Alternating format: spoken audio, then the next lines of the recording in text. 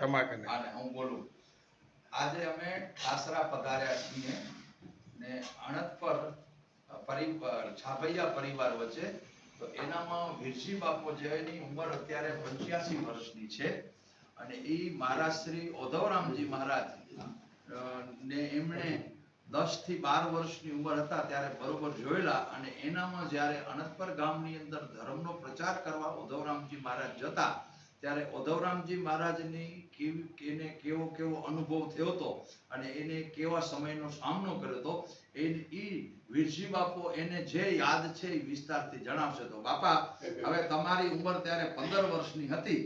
અમારી 10 વર્ષની. હા, દાખોક વર્ષની. બરાબર. દાખોક વર્ષની અમારી ઉંમર હતી. બરાબર. અને ઓધવજી મહારાજ આયા. હા. તેથી અમે બહુ સત્પંથીમાં હતા. બરાબર. લડકડા હતા. હા, હા. અને આણંદ પર મંદિર બન્યું. હા. એનું ઉદ્ઘાટન થયું. હા.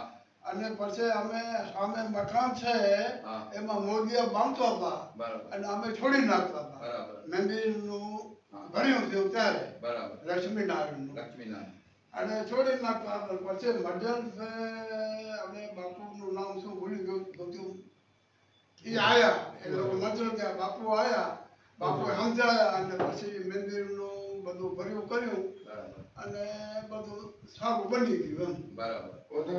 અને અમારા બાપુ મુખી બાપુ જેઠો બાપુ હતા. જેઠો બાપુ હોય અમને એમ કહ્યું કે આ ઓધવડી આવી છે આવી ઓધવડીનો છોરા પથ્થર મારો. બરોબર. પછી અમે પથ્થર ગણ્યા વાગ્યા નહીં. બાપુ હાથ જોડે એટલે મૂકી દીધા. ઓધવરામ મહારાજ.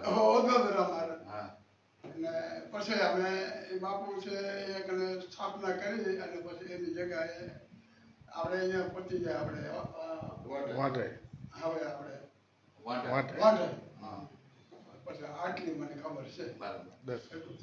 બોલો સદગુરુ.